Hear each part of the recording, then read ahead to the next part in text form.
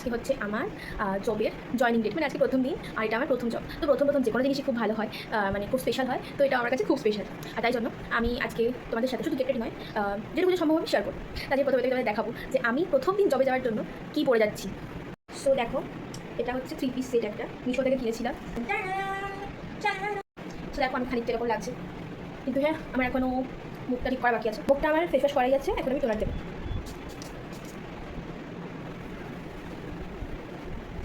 তো এই দুটো ক্রিম আমি এখন মিক্স করবো, মিক্স করে আমি মাখবো।